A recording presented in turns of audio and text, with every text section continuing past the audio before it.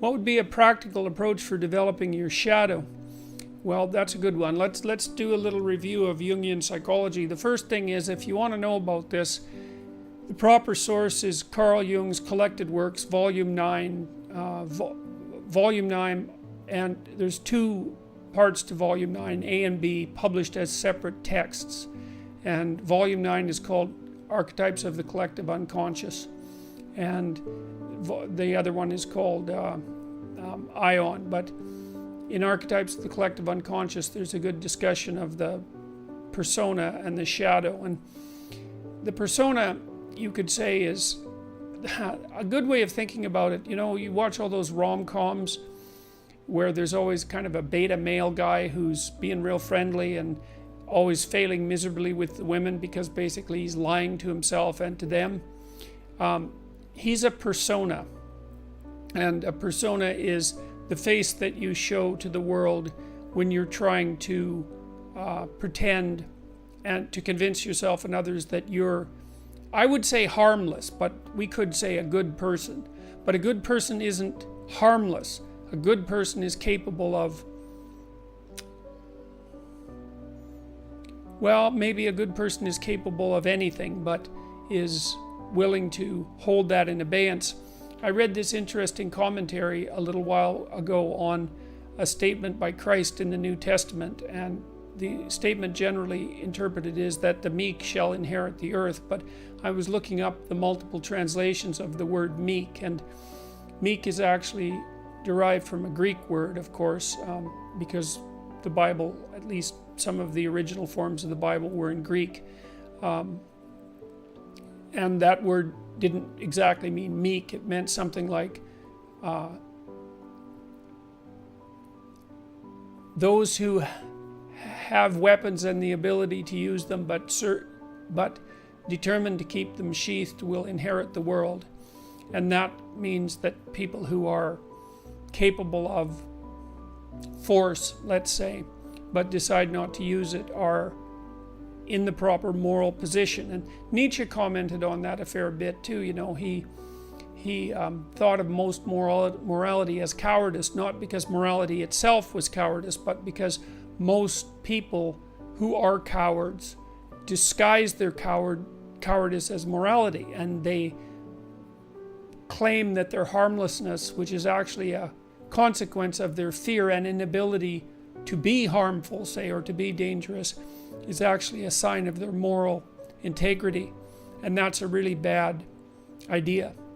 So, you know, if you're an axe murderer but you don't have an axe, that doesn't mean that you're moral. So now, with regards to, so that's the persona. And the persona is the mask that you wear, and that's what persona means, is the mask that you wear to convince yourself and the world that you're not a terrible monster, so that when you look at yourself in the mirror, you don't have to run away screaming. You know, and you might think, well, that's a bit of an overstatement, but Jung was very interested in phenomena such as, say, the psychological phenomena that would characterize the actions of someone who might be an Auschwitz camp guard, for example. And, you know, that's a pretty monstrous form of behavior. And the thing about Auschwitz camp guards is that there's no reason to assume, really, that they were much different than normal people. Now, there would have been exceptions, obviously, and what that means is that perhaps you too could be an Auschwitz camp guard, and perhaps you would even derive some enjoyment out of it, and you might think not, but you shouldn't think not so quickly. And what that also implies is that if you could see what that meant when you looked in the mirror and looked at yourself, you might run away screaming, because you'd have a revelation of just exactly what the human being is capable of. And that's a very unpleasant revelation, and also one of the things that stops people from being enlightened, because that revelation of the evil of the self is part of the journey to enlightenment, and an early part. Now, the shadow would be all the parts of the personality that the persona rejects, and that might be the aggressive elements. Certainly that's the case for people who are hyper-agreeable. And now you can tell, I think one of the best, there's two pathways to the development of the shadow, and they're tightly allied with one another. the fundamental pathway is truth, and that's to face the bitter truth about yourself. But to break that down more particularly, you might think about that as the capacity to observe your own resentment. You're going to be resentful and bitter in many situations because you don't get what you want.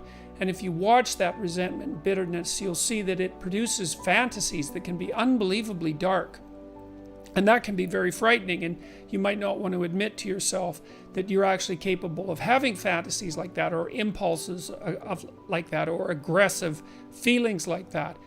But the thing is that if those aggressive feelings and impulses and fantasies are integrated into your character, it's like you're opening up a dialogue with a part of yourself that can be very forceful and strong and dangerous. And it's really useful to be dangerous, because if you can be dangerous, you often don't have to be. And it's often weak people. For example, it's weak men, generally speaking, who rape. That's a very, very common occurrence, and that's a violent act, but it's born out of weakness, not out of strength, that's for sure.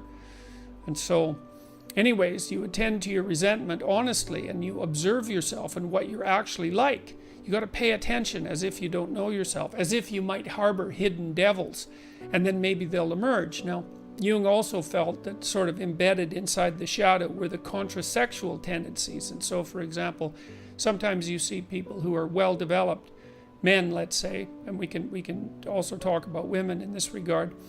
Men who've integrated their shadow often also develop a kind of peculiar grace that would be a consequence of not only allowing their aggressive side to step forward, but also their feminine and compassionate side that they may have kept squelched because of embarrassment about it, or because they'd been harassed for being weak, or any number of things. So, but the practical approach for developing your shadow, I would say, is to contemplate and consider your resentment and notice what it says. And because your resentment will also tell you what you have to say. So look at what happened at Google this weekend. James Damore wrote that memo, and you can imagine he was pretty angry and perhaps even somewhat resentful at having to attend that diversity seminar. And I'm really just using this as an example. But what he did was decide that meant that he had something that he had to say, and then look at the consequences of that, man. It's absolutely unbelievable.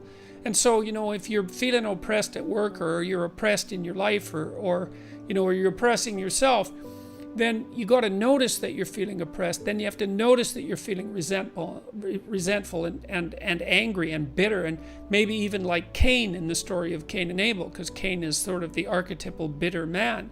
And then you have to decide what it is that you need to do in order to remove from yourself that bitterness. And that usually means that there's something that you have to say. And then you have to say it because your soul depends on it. And not only does your soul depend on it, I would say the fate of the world depends on it. Because, you might be wrong, and then you should be straightened out. Maybe you're just being whiny and you have to talk to somebody about that. But it may be that you're actually detecting something wrong, some tyranny that's directed towards you and other people, and it's like your moral obligation to speak up about it. And so many workplaces become toxic, to use a terrible cliche, because the people in them won't speak up for what they actually want, or they speak up too late, and then they're all twisted up about it, and they're torturing other people because they're so unhappy, and so forth and so on. So, practical approach for developing your shadow fundamentally is radical honesty. And Jung said that genuine moral effort was a good substitute for psychotherapy.